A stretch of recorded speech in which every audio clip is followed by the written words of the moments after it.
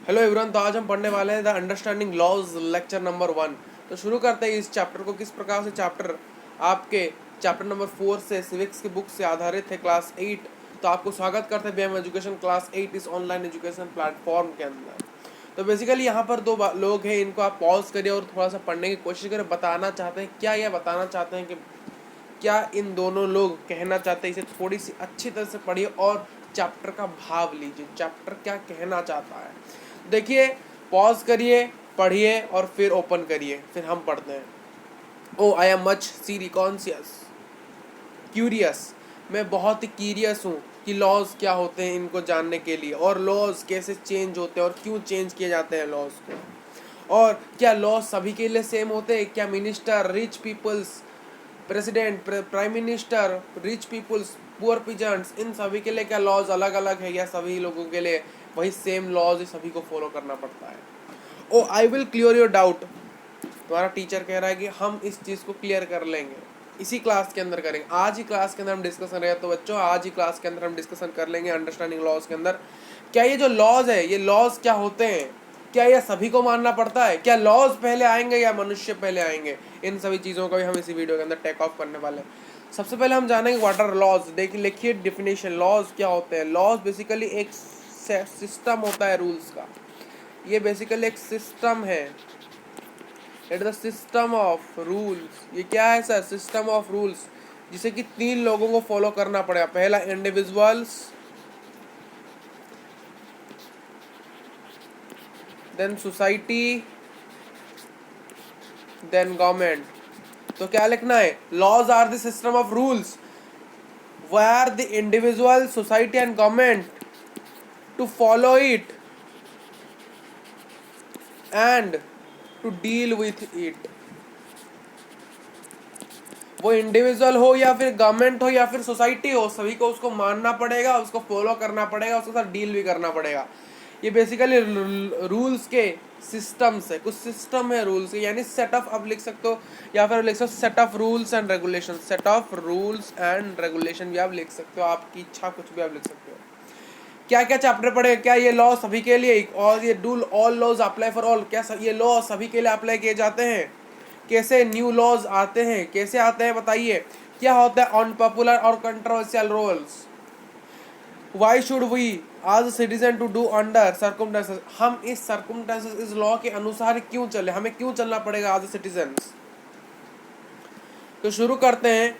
What does the rule of law means. देखिए, what does the rule of laws means. ये जो rule होते हैं लॉज का, इसका मतलब क्या होता है?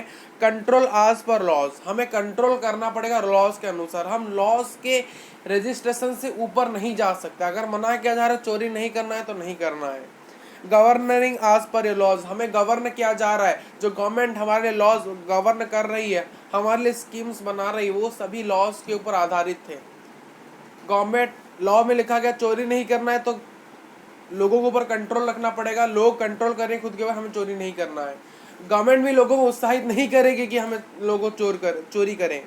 तो इसीलिए गवर्नमेंट को भी लॉ के अनुसार ही लोगों को गवर्न करना चाहिए। जिस आधारित पर लॉ है, उसी आधार पर लोग आप गवर्न होते जा रहे हो, क्योंकि गवर्नमेंट को लॉ पता है। आप सभी को भी लॉ पता होना चाहिए कि हमें चोरी नहीं करनी है, कि कहीं पर डाकू की तरह कहीं ट्रेन में चले जा रहे हैं, वहाँ पर चोरी कर रहे हैं, इस सारी चीज़ों को ना कहना है। क्यों? क्योंकि आप अगर इस चीज़ के लिए पकड़े जा रहे हो तो ड्यू टू द क्राइम आप क्या होगा? पनिशमेंट होगा, इम्प्रिजमेंट हो जाएगा आप सभी लोगों को। क्या ये लॉ सभी के लिए अप्लाई होते हैं? यस, क्योंकि लॉ सभी लोग इक्वल है लॉ से पहले, यानी सभी। यहाँ पर उन्होंने कहा है कि इस पॉइंट का मतलब यह है कि the human beings are more important than laws. Yes, all are equal, सभी लोग इक्वल है, तो सभी लोगों को लॉ फॉलो करना पड़ेगा। अगर हर कोई व्यक्ति इक्वल है तो हर कोई व्यक्ति इस लॉ को फॉलो ही करेगा। ये जो law can not be discriminate, ये लॉ कभी भी डिस्क्रिमिनेट नहीं करेगा आपको आपके रिलीजन के बेसिस पर, आपके कास्ट के बेसिस। आपने कभी देखा है कि इस कास्ट के लिए और इस कास्ट के लिए, दो ए और बी कास्ट है, इन दोनों कास्ट के क्या लॉ अलग है? नहीं, पूरे देश के लिए एक लॉ है, पूरे नेशन के लिए एक लॉ है, पूरे वर्ल्ड के लिए एक लॉ है। वो लॉ सभी को फॉलो करना पड़ेगा जो कि इस वर्ल्ड में, इस विश्व में, इस देश के, इस नेशन में, इस स्टेट में रह रहे हैं। वो शी हो या ही हो, या रिच हो या पुअर हो, मिनिस्टर हो या प्रेसिडेंट हो, ही और she is equal before law. सभी लॉ के बिफोर इक्वल है और सभी को ये लॉ फॉलो करना पड़ेगा और डील करना पड़ेगा। आपने यहाँ पर देखा कि नहीं, इंडिविजुअल, सोसाइटी और गवर्नमेंट, सभी लोग यानी नेशन, पूरे वर्ल्ड को इस लॉ को फॉलो करना पड़ेगा, या फिर वो रिच हो या पुअर हो, मिनिस्टर हो या फिर प्रेसिडेंट हो। Reason for including law of equality, क्या रीजन है इक्वालिटी को लॉ करने के लिए? Because the sedimentation act of 1870s में क्या हुआ था, the Indian nationalist forced British, जो इंडियन के लोगों थे उन्होंने फोर्स किया था ब्रिटिश को कि तुम यहाँ पर इक्वालिटी को रखो, क्योंकि हमारे इंडिया एक क्या है, एक डाइवर्स कंट्री, यहाँ पर बहुत भिन्न प्रकार के लोग रहते, भिन्न जाति के लोग रहते, जिस प्रकार से हमें क्या करना चाहिए, इक्वालिटी को मेंटेन करने के लिए लॉ ऑफ इक्वालिटी को रखना पड़ेगा।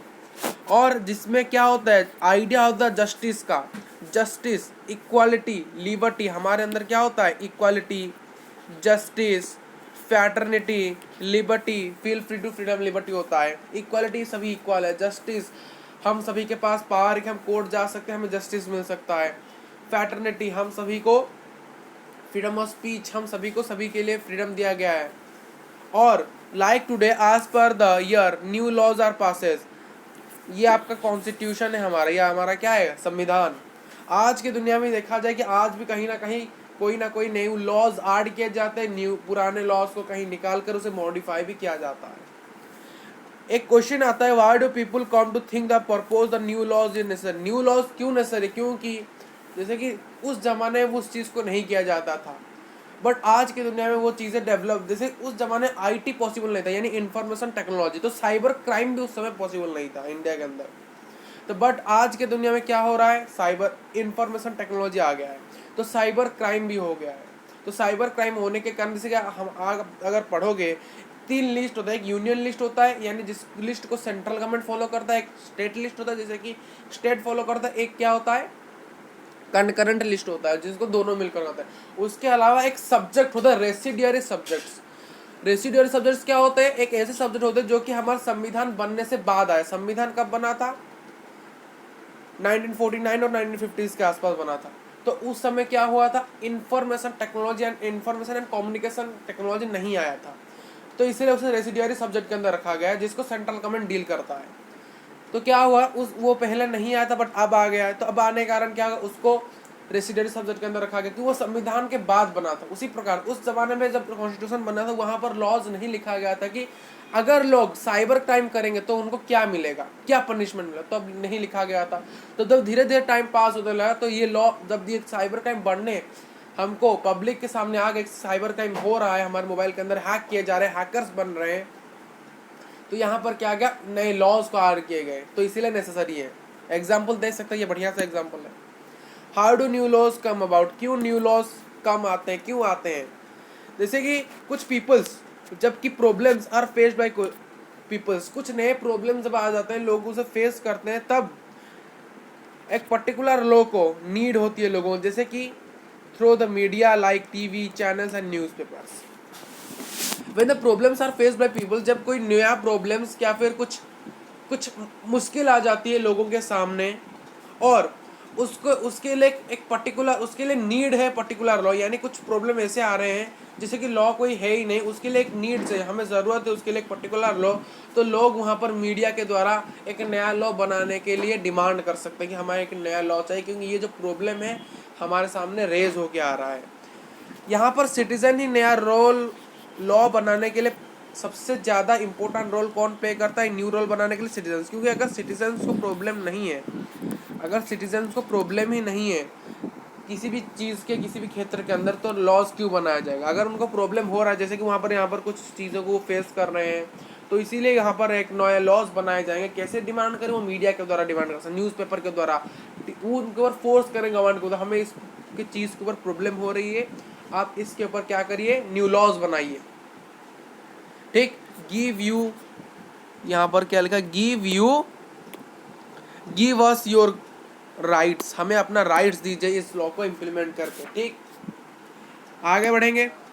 तो यहाँ पर तो हमारा लेक्चर ही पूरा ख़त्म हो चुका है आज, और कुछ चीज़ें हैं जो हम बात करेंगे नेक्स्ट लेक्चर के अंदर, लेक्चर 2 के अंदर। तो मिलते हैं लेक्चर 2 के अंदर। तो thank you for your kind cooperation. इस वीडियो को देखने के लिए 10 मिनट हो चुके हैं और नोट्स आपको मिल जाएंगे डिस्क्रिप्शन बॉक्स के अंदर। तो थैंक यू।